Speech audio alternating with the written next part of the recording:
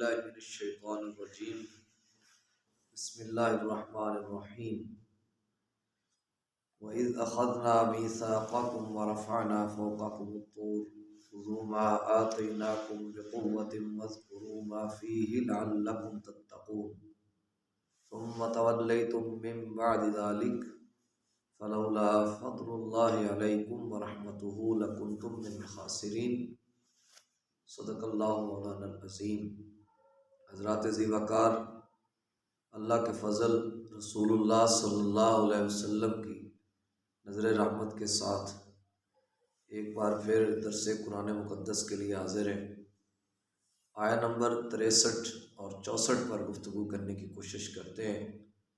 اللہ پاک نے ارشاد فرمایا، اور یاد کرو اس وقت کو کہ جب تم نے ہم سے پکا عہد کیا، پھر ہم نے تم پر طور کو اٹھایا اور پھر تمہیں حکم دیا گیا کہ تم اس میں جو ہے اس کو مضبوطی کے ساتھ پکڑو اور جو اس میں ہے اس کو یاد کرو تاکہ تم پرہیزگار بن جاؤ۔ پھر تم عہد کو توڑ کے وہاں سے پھر گئے۔ اگر تم پر اللہ کا فضل اور رحمت اس کی نہ ہوتی تو البتہ تم نقصان اٹھانے والوں میں سے ہو جاتے۔ سیدنا موسیٰ علیہ السلام کی قوم پر اللہ کا فضل اور اس کی رحمت۔ وعدہ کرنے کے بعد اس قوم نے سیدنا موسیٰ علیہ السلام سے عرض کیا کہ اب ہم مطمئن ہیں تو ہمیں کوئی ضابطہ عطا کیا جائے زندگی گزارنے کا۔ سیدنا موسیٰ علیہ السلام پر تورات کو نازل کیا گیا۔ جب ان پر تورات پڑھی گئی تو اس میں سے کچھ سخت احکام تھے، یہ ان کو سن کے ان سے گھبرا گئے، یعنی انہوں نے عہد شکنی کی، اور عہد شکنی اس کو کہتے ہیں کہ میثاق یعنی پکا وعدہ کر کے توڑنا۔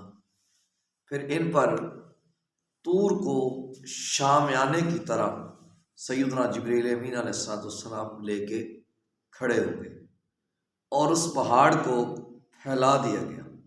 اور یہ جو بنی اسرائیل کے لوگ تھے یہ تقریباً 4 میلوں میں پھیلے ہوئے تھے، تو پہاڑ کی وسعت بھی اس قدر بڑھا دی گئی۔ طور کہہ کے ان لوگوں کی جن کا نظریہ ہے کہ یہ کوئی اور پہاڑ ہے، ان کے نظریے کی تردید کی گئی ہے کہ یہ کوئی اور پہاڑ نہیں ہے، یہ وہی طور پہاڑ ہے جس پر اللہ رب العزت نے سیدنا موسیٰ علیہ السلام کو اپنے ساتھ ہم کلام ہونے کا شرف عطا فرمایا تھا۔ یاد رکھا جائے کہ پھر جب ان پر طور کو اٹھایا گیا تو ان سے کہا گیا کہ اس میں جو ہے یعنی تورات میں اس کو مضبوطی سے پکڑو۔ اور یہ کن کو کہا جا رہا ہے؟ بعض کے نزدیک 70 افراد ہیں، یہ وہ 70 افراد ہیں جو سیدنا موسیٰ علیہ السلام کے ساتھ پہلے گئے تھے جن پر موت طاری ہوئی تھی، اور بعض کے نزدیک یہ کریم اور یہ قوی قول ہے کہ یہ پوری قوم ہے، اور پوری قوم نے ان 70 افراد کی اتباع کی تھی۔ پھر ان کو کہا گیا کہ اس میں جو ہے اس کو یاد کرو اور اس کو پڑھو اور اس پر عمل کرو۔ اور بعض لوگوں نے اس بات سے کچھ معنی یہ اخذ کر لیا کہ جو قرآن مقدس ہے اس کو پڑھنا اور اس پر عمل نہ کرنا تو اس کی تلاوت کرنے کا کوئی فائدہ نہیں ہے۔ یہ بات بالکل غلط ہے۔ یہ بات اس لیے غلط ہے کہ اس قرآن مقدس کی تو زیارت بھی عبادت ہے، زیارت بھی ثواب ہے۔ ہاں یہ بات ضرور ہے کہ قرآن مقدس کو پڑھ کے اس پر عمل کرنا ہر بندے کے لیے بہت ضروری ہے۔ آگے جا کے اس کا ذکر ہوتا ہے کہ ان پر اکراہ مسلط کی گئی۔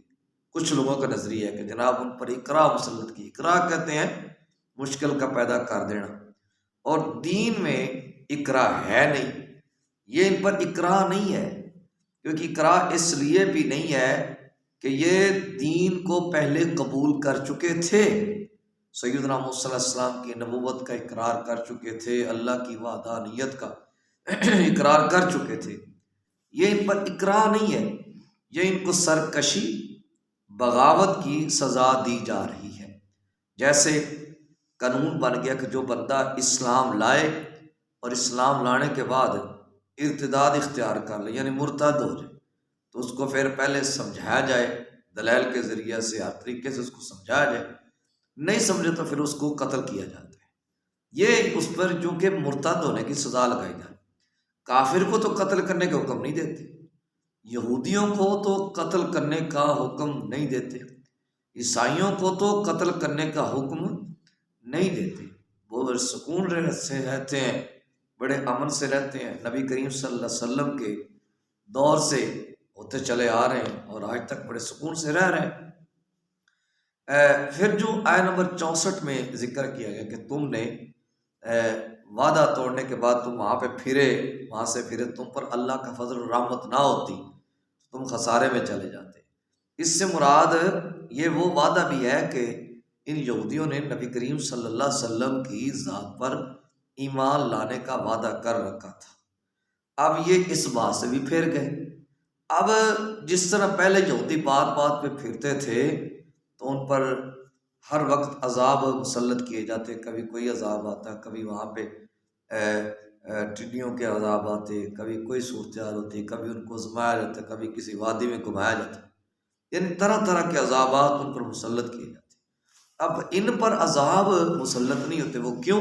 نبی کریم صلی اللہ علیہ وسلم کی برکت سے، کیونکہ اللہ نے قرآن مقدس میں واضح طور پہ ارشاد فرما دیا ہے وما کان اللہ لیعذبہم وانت فیہم، وہ ان کے اندر تو موجود ہے، میں ان کو عذاب کیسے دے سکتا ہوں۔ ان کے اعمال تو یہی ہیں کہ ان کو عذاب دیا جائے، ان کو سزائیں دیے جائیں، لیکن میں ان کے اعمال کو دیکھوں یا تیرے کالے کالے بالوں کو دیکھوں، تیرے چہرے کو دیکھوں۔ اللہ رب العزت مجھے اور آپ کو نور قرآن عطا فرمائے۔ صلی اللہ تعالیٰ علی حبیبہ محمد وعلی آلہ وصحابہ اجمعین برحمتک یا ارحم الراحمین۔